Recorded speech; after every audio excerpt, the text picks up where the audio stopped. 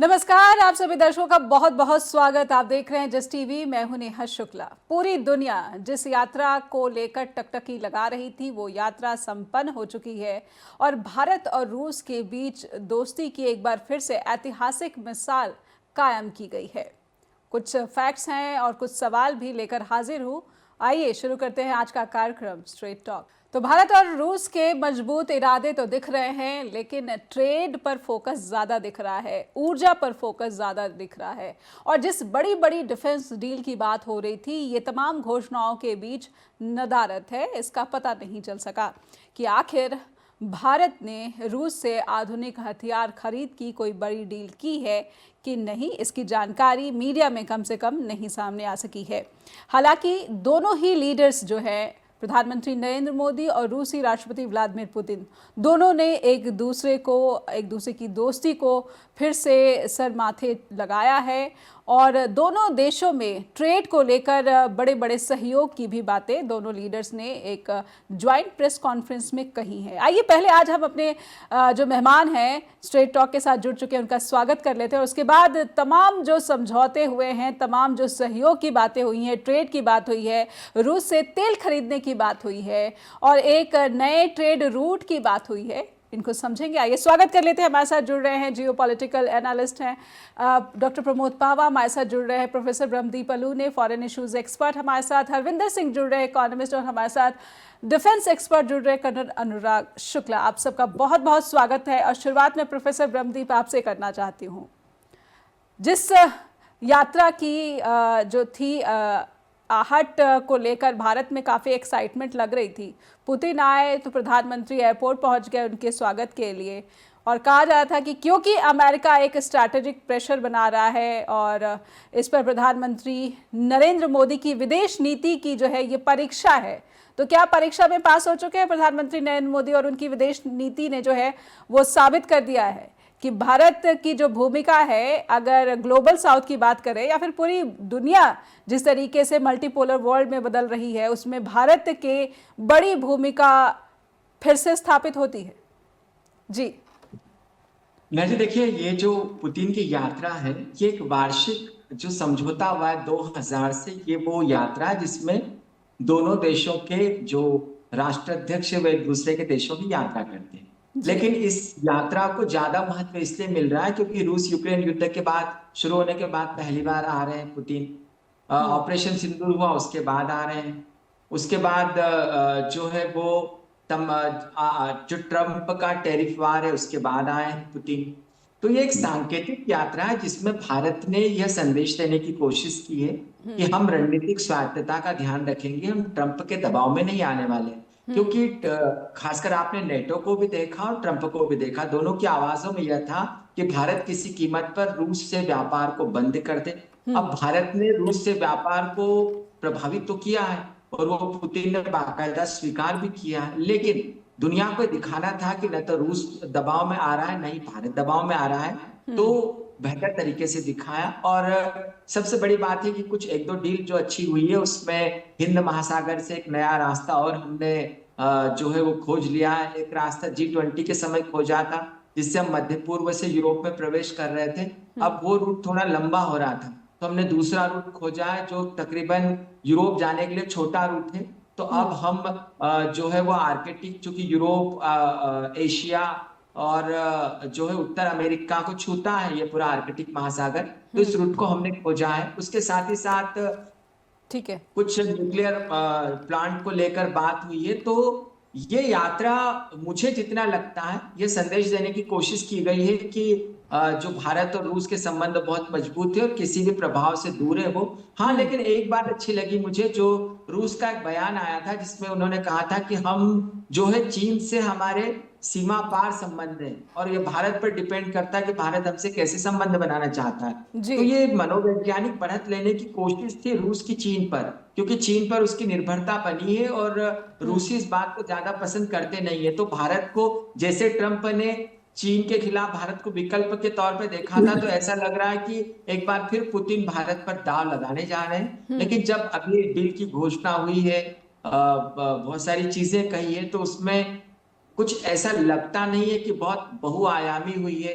या दीर्घकालीन डील हुई है, जैसी अपेक्षा थी कि ये राष्ट्राध्यक्ष जो मिले हैं तो इस पर चर्चा हुई है और आने वाले समय में जवाब मिलेगा। लेकिन मैं सरप्राइज हूँ कि S-500 को लेकर कोई डील नहीं हुई, सुखोई अत्याधुनिक विमानों को लेकर कोई डील नहीं हुई। तो जी अब इस बैठक के पहले जो खबरें आ रही थी उसमें दो प्राथमिकताएं थी। जी एक व्यापार प्राथमिकता थी और दूसरा जो रक्षा सौदे प्राथमिकता थी। अब ऐसा लग रहा है कि बैठक जो है वो व्यापार के इर्द गिर्द नजर आती है और रूस तो अपना जवाब देने में कामयाब हुआ है। उसने पुतिन ने कहा है जैसे कि भारत और जो रूस के बीच व्यापार है वो दबाव से मुक्त रहेगा, तो कुछ मतलब दबाव नहीं पड़ना चाहिए, ये स्पष्ट संदेश है पुतिन का। लेकिन रणनीतिक सौदा क्यों नहीं हुआ ये समझ से परे, लेकिन फिर भी सांकेतिक रूप से यात्रा बहुत जरूरी थी। खासकर भारत को दिखाना था कि रूस हमारा मित्र है और मित्र रहेगा। ठीक है। मैं एक छोटी सी टिप्पणी, क्योंकि ट्रेड की बात हो रही तो हरविंदर जी से ले लेती हूँ। हरविंदर सर, जिस तरह के ट्रेड के आसार थे और जिस तरह की डील्स सामने आई हैं, क्या ये भारत के लिए फायदेमंद साबित होंगी? वो भी तब जब भारत रूस से कच्चे तेल के आयात में लगभग 60 से 70% की जो है कटौती कर चुका है पहले ही यूएस के प्रेशर में। और रूसी राष्ट्रपति पुतिन कह रहे हैं कि तेल देना भारत को रूस जारी रखेगा। एनर्जी सेक्टर में जो है बड़े बड़े बातें यहाँ पर दावे किए गए हैं। तो थोड़ा सा ये जो कन्फ्यूज़न है कि एक तरफ तो भारत से 60-70% कच्चे तेल आयात की कटौती की बात सामने आ रही है, रूसी राष्ट्रपति कहते हैं कि हम तेल देना जो है जारी रखेंगे। ये कन्फ्यूज़न कैसी है? नेहा जी, असल में मैं ये मानता हूँ कि ये जो टाइम चल रहा है ये जो कह सकते हैं कि वार का टाइम नहीं है, ये व्यापार का टाइम है। आज जो ज़माना है, ठीक है। तो मुझे लगता है कि ये इनका जो आना है भारत में पुतिन का, और मैं ये मानता हूँ कि एक शुभ संकेत है। और मेरे हिसाब से वो बेशक कटौती करनी पड़ गई है, वो सबको मालूम है कि वो मजबूरियां होती हैं कुछ, लेकिन उनका आना और यहाँ उनको वेलकम करना एक हिसाब से बैलेंस ऑफ पावर है, उसका हम दिखावा भी कर रहे हैं। और बैलेंस ऑफ पावर की एक एक्सप्रेशन दे के हम कह रहे हैं कि हम किसी लेवल पे आपके यूएस का जो है दबाव है उसको काउंटर करने की स्ट्रेटजी भी है। जी जी। तो ये एक अच्छी बात है। लेकिन मैं तो ये भी चाहूंगा, बेसिकली जो टैरिफ है, टैरिफ वार, मैं तो सीधा सीधा ये मानता हूँ कि वो टैरिफ की बजाय रादर वो ट्रंप का एक टैरिफ टेररिज्म ही कह सकते हैं कि आप बिना किसी लॉजिक के एकदम से दबाव में डाल के इतना बड़ा टैरिफ हमारे ऊपर लगाया है, तो उसको काउंटर करने की एक अच्छी स्ट्रेटजी है। और वो बेसिकली टैरिफ इंडिया को बेसिकली प्यूनिटिव मीन के पनिशमेंट किया है, प्यूनिटिव टैरिफ था। और इसको मैं टर्म समझूंगा कि अब ये पुटिनिव जो इसकी स्ट्रेटजी है, पुटिनिव मीन के पुतिन जी का आने का जो वेलकम है, उसको काउंटर करने की एक अच्छी स्ट्रेटजी है। और इसमें हमें जो ज्यादा अब तक जो हमारा फोकस रहा है क्रूड ऑयल पे, हमारा 1/5 जो है ज्यादा इंपोर्ट रहा है। तो मैं ये मानता हूँ कि क्रूड ऑयल के बिना हमें जहां हमारी टर्म्स ऑफ ट्रेड मीन के जहां हमें फायदा है उनसे चीजें मंगवा के, और जहां हमें उनको फायदा है हमारे से ट्रेड में जिन चीजों को मंगवा के, तो वो और एक्सपेंड करने की जरूरत है। तो मैं ये मानता हूँ जैसे रूसी राष्ट्रपति ने खुद कहा है कि अभी जो व्यापार हो रहा है ये लगभग जो ट्रांजैक्शंस है दोनों देशों में वो नेशनल करेंसी में ही है, और इसको और जो है कंटिन्यू करने की जो है बात सहमति बनी है। तो ये जो रूबल और रुपए में जो ट्रांजैक्शन की बात हो रही है, इसमें आप थोड़ी अपेक्षा ज़्यादा रखते थे, क्योंकि सिर्फ और सिर्फ जो है एक सहयोग की बात कही गई है। और इंडियन एक्सपोर्ट देखा जाए रूस में तो वो बहुत ही सीमित है, बहुत ही कम है, बजाय कि जो हम इम्पोर्ट करते हैं रशिया से। जी हाँ, वहाँ हमारा जो है टोटल देखो जो एक्सपोर्ट पोटेंशियल है, जो इंपोर्ट कर रहा है टोटल अपना रशिया, उसका 1% के करीब हम उनका जो है उनको दे रहे हैं हम अपना माल जी। तो इसमें एक्सपेंशन की बहुत जरूरत है। और दूसरा इसमें ये है, इसमें बढ़ोतरी तो हुई है जब से ये हमारा पेंडेमिक आया है, अपना कोविड आया है, उसके बाद हमारा 50% इंक्रीज हुआ है। 20 से लेके 2020 में हमारा 2.56 बिलियन डॉलर का व्यापार था, जो अब है वो 4.92 के करीब हम पहुंच गए हैं। तो अच्छी इंक्रीज है। और लेकिन इसमें जो सोचने वाली बात ये है कि जो हम उनको एक्सपोर्ट कर रहे हैं वो बहुत कम है। जी मतलब $4.26 बिलियन हम एक्सपोर्ट कर रहे हैं, लेकिन इंपोर्ट हमारा उनसे $61 बिलियन हो रहा है। तो हम नेगेटिव जो है वो 57 बिलियन हमारा जो है डेफिसिट है, ट्रेड डेफिसिट है। तो हमें इस बात पे सोचने की जरूरत है। इसके उल्ट हम अमेरिका को जो दे रहे हैं, अमेरिका को हम एक्सपोर्ट ज्यादा कर रहे हैं, इंपोर्ट कम कर रहे हैं। तो वहां हमारा $45 बिलियन का टर्म्स ऑफ ट्रेड हमारे हक में है, हमारा ट्रेड डेफिसिट नहीं है। हम उनकी जो उनसे ज्यादा लेनदार हैं इसमें, जिसको फॉरेन एक्सचेंज हमारी उसमें काफी सेविंग हो रही है। तो जी इस बात के ऊपर फोकस करने की जरूरत है हमें कि कहाँ कहाँ हम एक्सपोर्ट इन में कर सकते हैं दूसरे उनसे। जी नेशनल रशिया के करेंसी पास हमारा जी जो इंजीनियरिंग है, केमिकल है और फार्मा है, इसमें बहुत पोटेंशियल है। पहले कर भी रहे हैं, लेकिन इसमें काफी पोटेंशियल है अभी।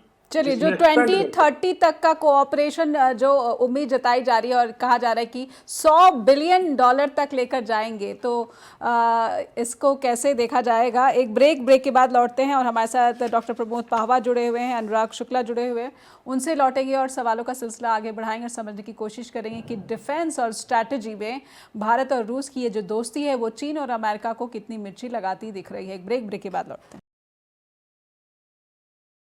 तो भारत और रूस की दोस्ती और मजबूत इरादे की दुनिया की चुनौतियों का मुकाबला मिलकर करेंगे, और इन चुनौतियों में चीन और अमेरिका के जो तेवर हैं वो भी शामिल है। हमारे साथ डॉक्टर प्रमोद पाहवा जुड़े हुए हैं।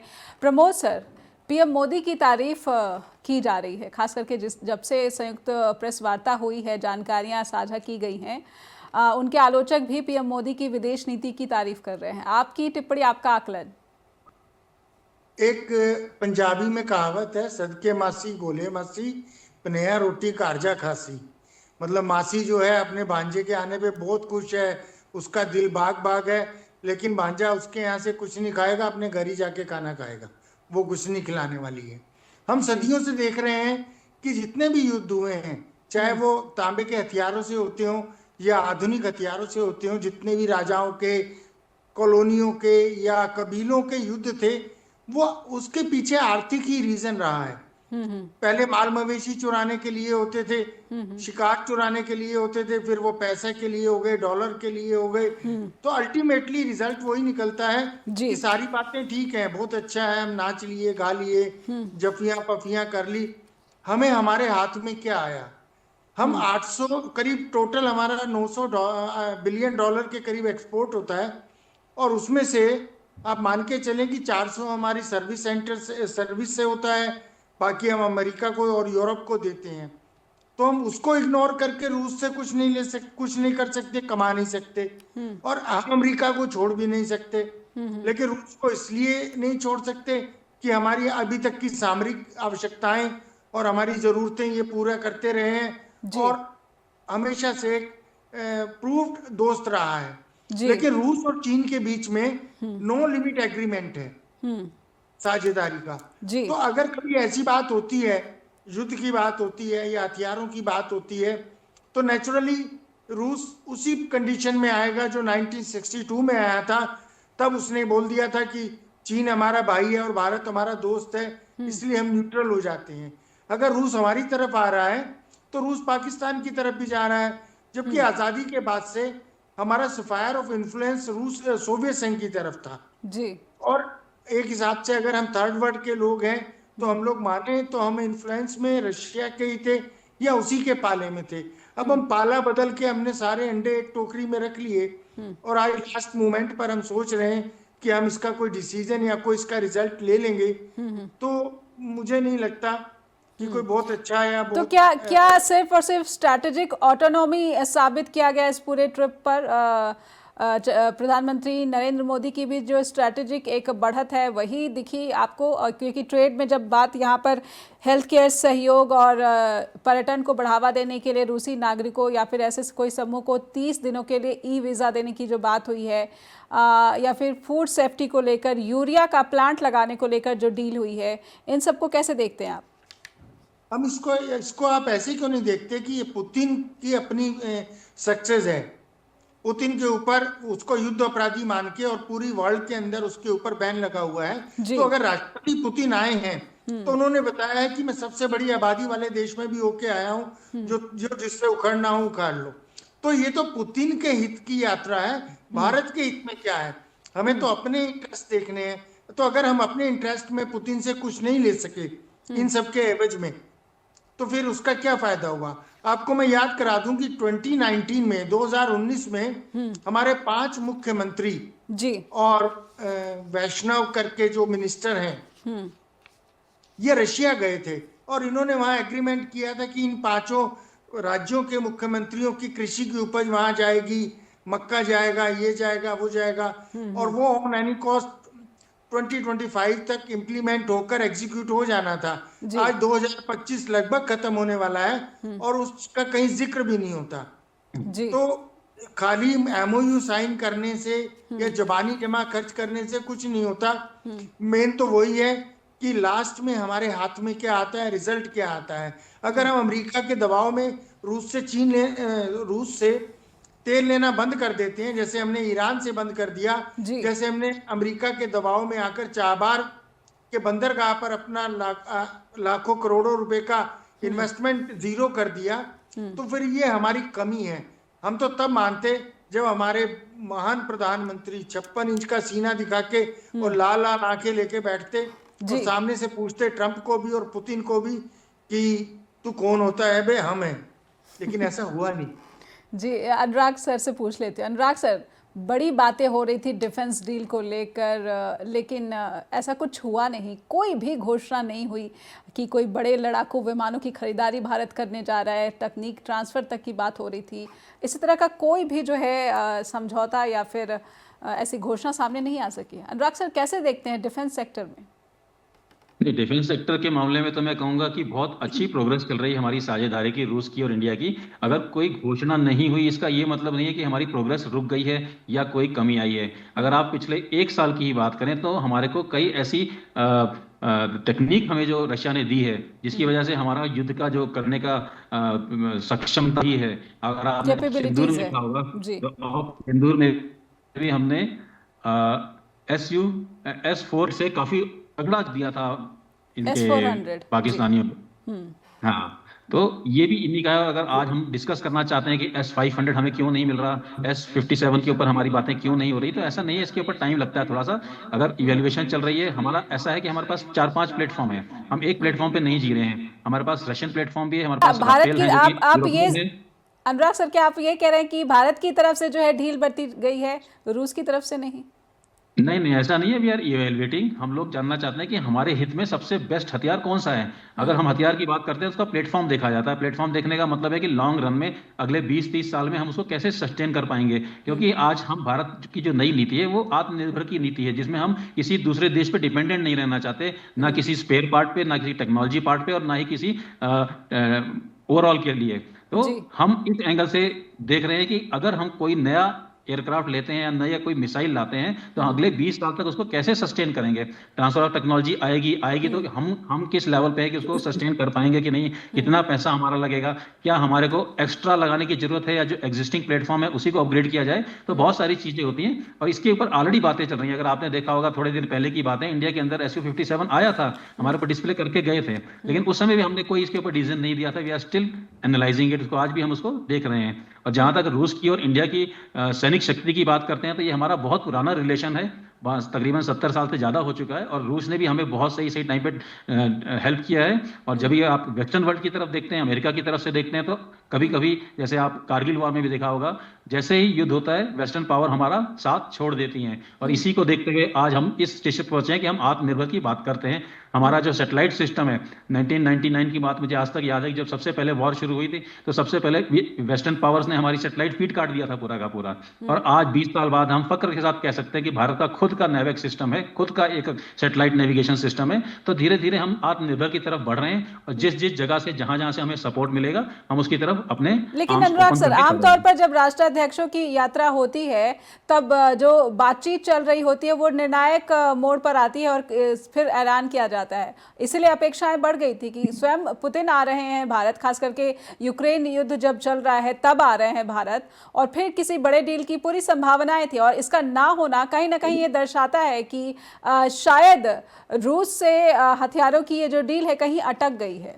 जी नहीं, ऐसा कुछ नहीं है। अगर आपने आज भी देखा होगा कि शाम को अभी अनाउंसमेंट हुई है जिसमें IL 114 की बात करी गई है, जिसके ऊपर ऑलरेडी अनाउंसमेंट हो चुकी है। और अगर हमारा सारा ध्यान सिर्फ Su-57 पे है तो उसके लिए होल्ड करिए, क्योंकि उसके अंदर अभी 2-3 और पैरामीटर्स देख रहे हैं हम, जिसके अंदर F-35 भी है और राफेल भी है। तो उसमें थोड़ा टाइम लगेगा असेसमेंट के लिए। एयरफोर्स डिसाइड करेगी कि उनको क्या चाहिए और उसके बेस पे डिसीजन लिया जाएगा। तो कोई जल्दबाजी में डिसीजन लेने की जरूरत नहीं है। IL 114 की अभी अनाउंसमेंट हुई है, तो एक आप ये कह सकते हैं कि अनाउंसमेंट तो है और बात तो हुई है। जी जी, तो अमेरिका को न नाराज करने की कह सकते हैं कि ये कोशिशें भारत की तरफ से सामने आई हैं कि अभी F-35 की जो डील है उससे अभी ठंडे बस्ते में नहीं रखा गया है, डिस्कशंस जारी है। एक ब्रेक लेती हूँ मैं, इससे पहले कि बातचीत आगे बढ़ाएं एक छोटा सा ब्रेक के बाद लौटेंगे। स्ट्रेट टॉक के दर्शकों से अनुरोध, जुड़े रहिए जस्ट टीवी के साथ। फिर से स्वागत है आप सभी दर्शकों का, और चलेंगे प्रोफेसर ब्रह्मदीप अलोनी के पास। प्रोफेसर ब्रह्मदीप अलोनी, अगर आर्थिक मोर्चे पर जो भी बातें यहाँ पर हुई हैं और इसका तुरंत फ़ायदा ना होकर कुछ वर्ष लग जाएंगे, कुछ साल लग जाएंगे फ़ायदा होने में, तो फिर क्या ये जो यात्रा है, ऐसे क्रूशियल टाइम में यात्रा हुई पुतिन की और स्ट्रैटेजिक इम्पोर्टेंस को ज़्यादा साधते हुए दोनों नेता नज़र आते हैं, तो भारत के हित में आप इसे कैसे देखते हैं? खास करके ये सीधे सीधे यूरोपियन नेशंस को जो है वो परेशान करता है, अमेरिका को परेशान करता है, और ऐसे में भारत और यूरोपीय यूनियन में भी FTA को लेकर बातचीत हो रही थी। वो भी फिर ये समझे कि वो क्यों भारत के साथ फिर इस बातचीत को जो है सहजता से आगे बढ़ाएगा, जब भारत रूस के साथ FTA को फिर से आगे बातचीत जो है जारी रखने पर सहमत हुआ है। हालांकि FTA हुई नहीं है, बातचीत जारी रखने पर सहमत हुआ है। जी लेकिन नेहा जी, ये इसको महज एक सांकेतिक यात्रा के तौर पे लिया जाना चाहिए। दूसरी बात यह है कि भारत बखूबी जानता है, भले ही हमने दुनिया में प्रचारित किया, भले ही मीडिया का ध्यान हो, लेकिन भारतीय कूटनीति इस बात को बेहतर जानती है कि कोई रक्षा समझौता अभी पुतिन से करना मतलब सिर मुंडाते ओले पड़े। ईरान तो कर लेगा, उत्तर कोरिया तो कर लेगा, लेकिन हम रक्षा संधि करके क्या यूक्रेन में रूस के साथ यूक्रेन युद्ध लड़ने चले जाएंगे? क्या रसिया हमारे साथ चीन के खिलाफ युद्ध लड़ने आ जाएगा? वो तो पाकिस्तान के साथ भी आने को तैयार नहीं है। पाकिस्तान के साथ भी वहां के विदेश मंत्री एक दौरा कर चुके।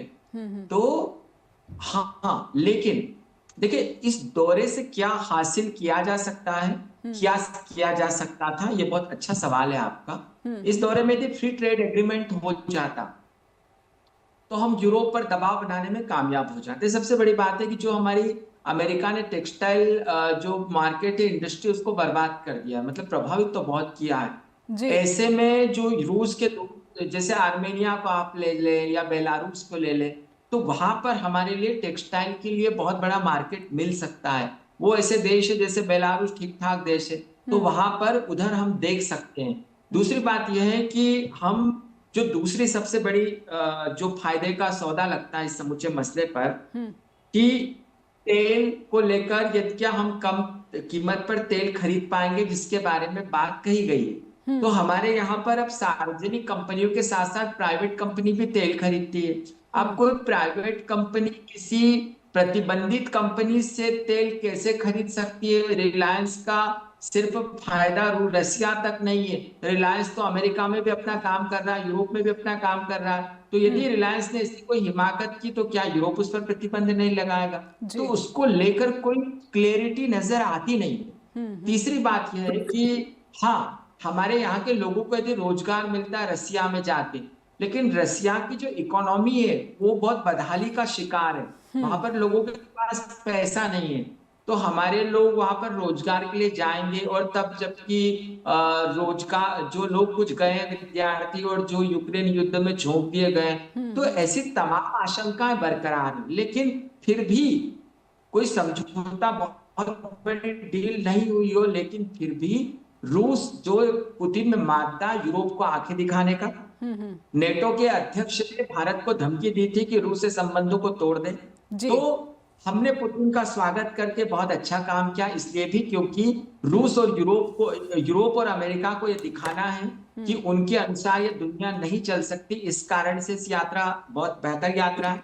दूसरी बात यह भी है कि भारत और रूस की साझेदारी को यदि तोड़ दिया तो आप सोचिए कि रूस पर हमारी हथियारों को लेकर बहुत बड़ी निर्भरता है। अभी हमको यदि लंबा युद्ध, अभी तो हमने शीर्ष फायर होगा, लेकिन लंबा युद्ध लड़ेंगे तो हथियार कहाँ से आएंगे? हथियार रसिया से आएंगे। तो रूस से कम हमको नियंत्रित और संतुलित संबंध रखना पड़ेंगे।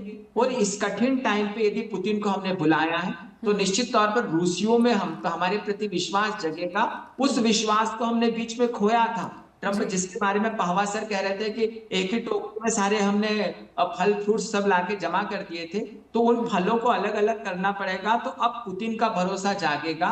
और यदि वास्तव में इस शिखर सम्मेलन के बाद कहें या इस शिखर वार्ता के बाद कहें, यदि वास्तव में ट्रेड बढ़ता है तो फिर यह भारत की मनोवैज्ञानिक जीत होगी। अब मनोवैज्ञानिक जीत क्या सही में होगी? क्या हमारा ट्रेड वापस बढ़ेगा? क्या वो प्राइवेट कंपनियां तेल खरीद पाएगी? क्या हम डॉलर में समझौता नहीं करके रुपल में उस व्यापार को करेंगे? यदि ये सब इम्प्लीमेंट होता है, जो बातें हुई है, तो निश्चित तौर पर ये बहुत बड़ी जीत। जी, ये सब बातें अगर इम्प्लीमेंट होती हैं, ये जो शब्द है कि कितना वक्त, क्योंकि भारत को तो इस वक्त बहुत ज़्यादा नुकसान पहुंच रहा है अमेरिका की तरफ से जो टैरिफ लगाया गया है, खास करके रूस के कच्चे तेल आयात को लेकर ये टैरिफ लगाया गया है। ऐसे में मैं हरविंदर सर आपसे समझना चाहती हूँ, आमतौर पर राष्ट्राध्यक्षों की जब यात्रा होती है तब कुछ बड़ा और निर्णायक और ठोस निकल कर सामने आता है। प्रधानमंत्री नरेंद्र मोदी की विदेश नीति और खास करके जो ट्रेड सेक्टर है, इसमें इस विदेश नीति को आप कितना सफल बताएंगे? आपकी टिप्पणी में समझना चाहती हूँ कि अगर वक्त लग जाएगा और इस वक्त भारत की जो इकोनॉमी है वो चुनौतियों का सामना कर रही है और रशिया, ऐसा लग रहा है कि जैसा प्रमोद सर ने कहा कि ज़्यादा फायदा तो रूस का हुआ कहीं ना कहीं, क्योंकि वॉर के टाइम में उसको भारत जैसे दोस्त की ज़रूरत थी और वो आइसोलेशन में जिस तरीके से उसको धकेलने की कोशिश होती रही पश्चिमी देशों की तरफ से, उसके लिए एक बड़ा मैसेज चला गया। यूएस को मैसेज चला गया, यूरोपियन नेशंस को मैसेज चला गया, चीन को मैसेज चला गया। इंडिया ने किसको मैसेज दिया? नेहा जी, इसमें जो मैसेज ट्रंप साहब ने इंडिया को दिया था टैरिफ लगा के, और इंडिया ने पुतिन को बुला के उस मैसेज को रिवर्ट किया है, मैं समझता हूँ। तो ये बात को, ये अपने आप में एक अचीवमेंट है इंडिया की।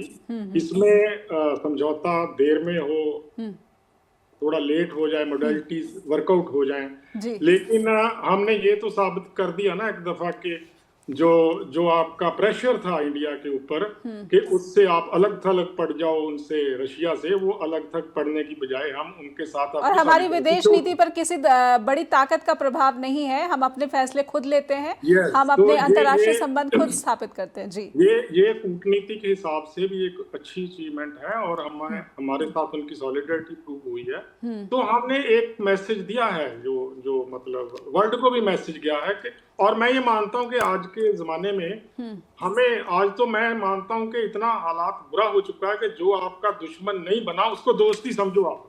तो ये तो प्रूव्ड दोस्त है पहले ही हमारा। तो जैसे फावा साहब ने कहा कि पहले हम एक ही जगह कंसंट्रेट करते रहे हैं, डिपेंडेंसी हमारी एक ही जगह बढ़ती रही है, उसको डाइवर्सिफाई करने की जरूरत है। जहां भी हमारा कोई पार्टनर मिलता है जो डिपेंडेबल है कंट्री, हमें उनके साथ एसोसिएट होके अपना ट्रेड को, अपने इकोनॉमिक टाइज को बेहतर बनाने की कोशिश करनी चाहिए। बैलेंस ऑफ पावर हमारे हक में रहे। बिल्कुल। ऐसे में जब तक यूक्रेन पीस पर समझौता नहीं होगा, शायद इस ट्रेड को अमली जामा पहनाना भारत के लिए अभी इसका इंतज़ार करना पड़ेगा और इस पे ही डिपेंड करता है कि भारत का यूएस के साथ जो ट्रेड डायलॉग है वो सक्सेसफुल होता है कि नहीं। यानी कि अनिश्चितताएं भारत के लिए बनी हुई हैं।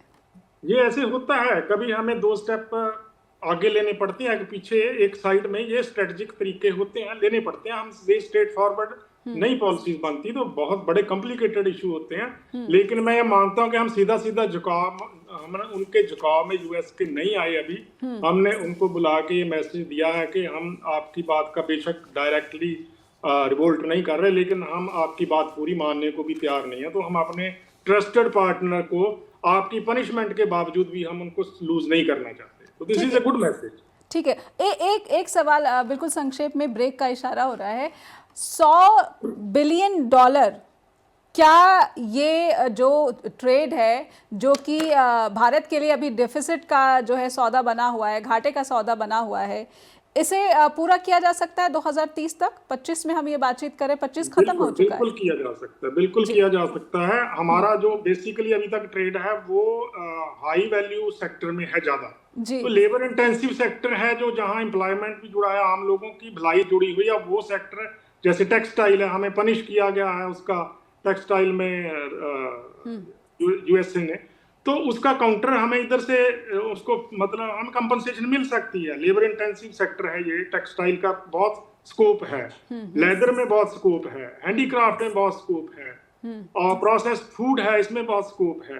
तो ये सारी जो मॉडलिटीज या इनकी एक्सपर्ट ग्रुप बना के ये देखना बनता है कि कैसे इनको हम एक्सपोर्ट का, जहां उनकी डिमांड है, बहुत ज्यादा डिमांड है। हम अभी डिमांड का 1% हिस्सा, जो मतलब उनका जो मैंने पहले बताया कि $4 बिलियन का उनका ट्रेड है, इंपोर्ट करते हैं वो ग्लोबल, लेकिन हम 1% ही उनको चीजें दे रहे हैं अभी तक। तो हमारी अगर फ्रेंडली उनके साथ इक्वेशंस हैं, तो हमारे पास बहुत से स्कोप हैं जहां हम कर सकते हैं काम मिलके। बिल्कुल बिल्कुल। एक छोटा सा ब्रेक लेते हैं। डॉक्टर प्रमोद पाहवा और अनुराग शुक्ला भी हमारे साथ जुड़े हुए हैं। एक ब्रेक के बाद लौटेंगे स्ट्रेट टॉक के साथ। फिर से स्वागत है आप सभी दर्शकों का। आप देख रहे हैं स्ट्रेट टॉक और डॉक्टर प्रमोद पाहवा के पास लेकर चलते हैं। प्रमोद सर, ट्रंप जिस कोशिश में है उस कोशिश को तो झटका लग गया। अब क्या भारत के लिए आप और अनिश्चितताएं या फिर और संकट देख रहे हैं? नहीं, उनको कोई नई बात नहीं है। आप देखें तो भारत को रूस ने हमेशा पिछले 5-7 साल में हमें झटके दिए हैं। और जहां तक SU-57 की बात है, तो 2018 में 2018 में हमारी एयरफोर्स उसको रिजेक्ट कर चुकी है। फिर रिकंसिडरेशन के बाद 2021 में भी उसको रिजेक्ट कर चुकी है। उसके रेफरेंस में आप चाहें तो डिप्लोमेट और बहुत सारी मैगजीन में उसके आर्टिकल भी छपे थे। उस जमाने के जो भी एयरफोर्स चीफ थे, उन्होंने भी ये बात बोली थी कि वो भारत के लिए पॉसिबल नहीं है उसको लेना। राफेल और F-35, उनके साथ हमारी प्रॉब्लम ये है कि वो हमें सोर्स कोड नहीं देते और अपनी कोई टेक्नोलॉजी नहीं देते, हम उनके ऊपर डिपेंड रहते हैं। बाकी जो S-400 है और S-500 है, तो S-400 की हमने जितनी बैटरीज की पेमेंट की हुई है उसके सामने हमें बहुत कम मिली है, क्योंकि क्वांटिटी और नंबर्स बताना राष्ट्रहित में नहीं होता। जी। तो वो अभी तक उन्होंने रोका हुआ है, तो आगे वो कब देंगे और कैसे देंगे। और S-400 का हमारे पास कोई ऑल्टरनेट भी नहीं है, कोई चॉइस भी नहीं है।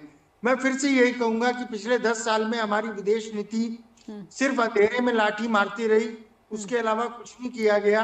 वरना करते तो सेंट्रल एशिया के जितने भी देश हैं, कजाकिस्तान है, तजाकिस्तान है, अर्मीनिया है, अजरबैजान है, इवन छोटा सा उज्बेकिस्तान है, हम यहाँ पर ही अपना बहुत कुछ एक्सपोर्ट कर सकते थे और हमारा वहां से काफी अच्छा ट्रेड चल सकता था। लेकिन उसके साथ साथ हमने अपना MSME का सेक्टर भी खत्म कर दिया, नोटबंदी की वजह से, GST की वजह से। वरना तो सिर्फ लुधियाना से ही इतना स्वेटर जाता था उज्बेकिस्तान में, जो बहुत छोटी सी कंट्री है, कि बहुत सारे लोगों की कोठियां खड़ी हो गई। आगरा से हमारे इतने शूज जाते थे, मुझे अच्छी तरह याद है, अप्रोक्सीमेट 1993 में I was in Tashkent at that time. तो वहाँ स्नो बूट जाया करते थे, क्योंकि PVR का सोल हमारे यहाँ इंडिया में ही सक्सेस होता है, यही बनता है, जो बर्फ में टूटता नहीं, गलता नहीं। वो जाने बंद हो गए, हमारी आगरा की और लेदर की इंडस्ट्री बंद हो गई। तो दो तरफ से हम अगर इस तरीके से चलते रहेंगे तो पता लगेगा बंदा कहीं का भी नहीं रहा। हमने खुद अपनी बेड़ी में, अपने नाव में खुद हमने पत्थर भरे हैं, तो फिर हम कैसे कह सकते हैं कि हम डूबेंगे नहीं और चलेंगे नहीं। अभी भी देर आए दुरुस्त आए। मैं तो अभी भी चाहता हूं, अगर रूस हमें अभी भी सहायता करे, तो तजाकिस्तान में हमारा एयरबेस था, वो वहां से खत्म करा दिया गया। वो एक अच्छा सिग्नल नहीं है, अच्छा रेफरेंस नहीं है। जी। और वो पाकिस्तान प्रमोद सर, क्या यहाँ पर रूसी राष्ट्रपति ने चीन के मुकाबले जिस तरीके से भारत के साथ ये बातचीत की है, क्या ये चीन को भी किसी तरह का मैसेज है रूसी राष्ट्रपति दे रहे हैं, और ये एक तरह का बैलेंसिंग एक्ट भी आपको दिखता है? नहीं, देखिए, लॉन्ग टर्म स्ट्रेटेजी में तो चीन, रूस और अमेरिका दोनों ये चाहते हैं कि भारत इतना स्ट्रांग बने कि वो चीन को सामने से टक्कर दे सके, क्योंकि चीन की विस्तारवादी नीति है, उसके पास पॉपुलेशन बहुत है, रूस के पास जमीन बहुत है, तो चीन हो सकता है 50 साल 100 साल आगे की सोच के ये चाहता हो कि जो रूस का एशिया वाला एरिया है जी, वो बिल्कुल जमीन खाली है, वहां पर अपना बसा ले या उसको अपने साथ जोड़ ले जी, चाहे कब्जा ना करे, मैं डायरेक्टली तो नहीं कह सकता। तो रूस भी चाहता है कि चीन को सामने से जवाब देने के लिए उतना ही बड़ा कोई देश हो, उतनी ही बड़ी पॉपुलेशन हो, तो ये रूस के हित में है। लेकिन हमारे हित में है कि हम अपने आप को इतना मजबूत करें कि चीन, रूस, अमेरिका सभी हमारे सामने आए। हमने गुट निरपेक्ष छोड़ दिया, और कितनी दुख की बात है कि हमने सार्क को खत्म कर दिया अपने ही हाथों से। कम से कम हम दक्षिण एशिया के तो दरोगा थे, पर लेकिन ब्रिक्स वही पे खत्म। जी, ब्रिक्स का जो प्रेशर बना रहे थे यूएस ट्रम्प, उसको भी एक बड़ा झटका दे दिया दोनों ही लीडर्स ने। नहीं, अभी तो हमने कोई झटका नहीं दिया।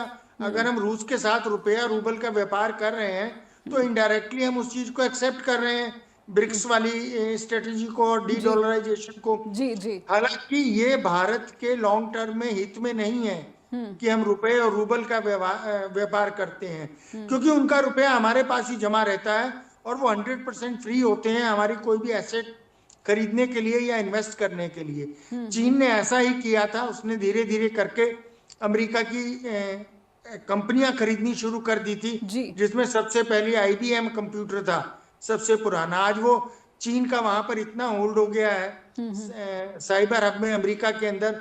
कनाडा के अंदर पता लगता है हर 5वें घर में से चौथा घर अगर भारतीय का है तो 5वां चीनी का है। बहुत सारे चीनी भर गए वहां पर।